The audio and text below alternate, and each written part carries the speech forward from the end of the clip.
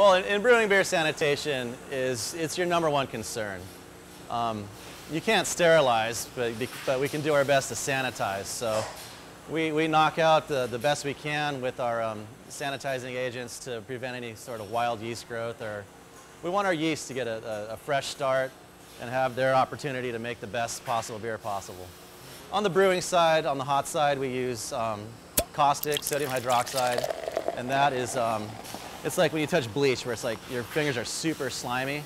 It's that kind of a cleaning agent. It attacks the proteins, it gets it out of the kettle, and as well as the fermenters, the scum from the fermentation and the resins from the hops. We also use a phosphoric nitric acid on the cold side. That knocks off the beer stone. That's what builds up while it sits in the bright tanks. And then for general line cleaning and hoses and whatnot, we use peracetic acid. It's like a hydrogen peroxide, and it oxidizes and it kills the anaerobic bacteria. So there's no carryover of flavor. We will do a full rinse, caustic, rinse, test for residue, and then if there's no caustic residue, it's running off as clear rinse water, then we'll go into the next brand. Sanitation for us begins with making a batch of sanitizer. It's always helpful to have a reservoir of sanitizer on hand because you never know when you're going to need it. And it's typically when you're going to have something clean in one hand and something dirty in another hand, and you need to make them somehow come together, and it's always helpful to have a big reserve of it. So we use a big tank that we fill of sanitizer with every batch. Most sanitizers are peracetic acid based, which is a contact sanitizer, low foam. We use it in spray bottles, and that way you can put it on anything, just spray it wherever. Other places we use alcohol as a finishing sanitizer. The general process for sanitation is just to make sure that all surfaces that are going to contact wort or other wort things that will touch the wort in the cold phase, those have to be meticulously sanitized, and before you even do that, you need to make sure that they are scrupulously clean. Otherwise, you're just, it's not even a good Band-Aid. Can't come up with a good metaphor for that.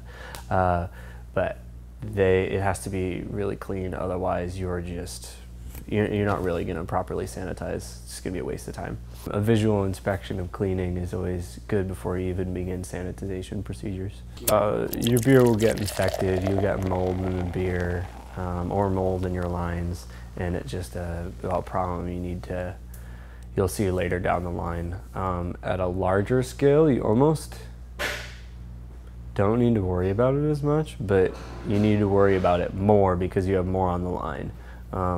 A home brewer's batch, because it's so small, can get infected much more quickly than a large-scale batch would be.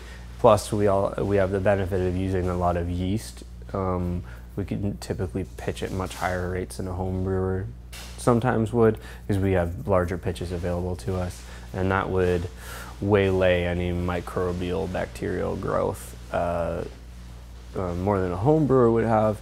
But if we lose a batch, a brewery can lose several $100s into the hundreds of thousands of dollars if they have poor sanitization practices, and we have reputations on the line. A home brewer can silently dump the beer down the drain and not think twice about it, other than, damn, I wasted a Saturday.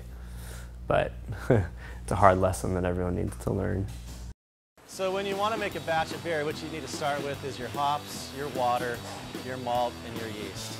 And they're all important, and viability of the yeast is critical, because if you've got a fatigued yeast, it's not going to come out of the gate strong, and you're going to get a beer that doesn't finish right. You'll taste either an under attenuated beer or some off flavors from stress on the yeast.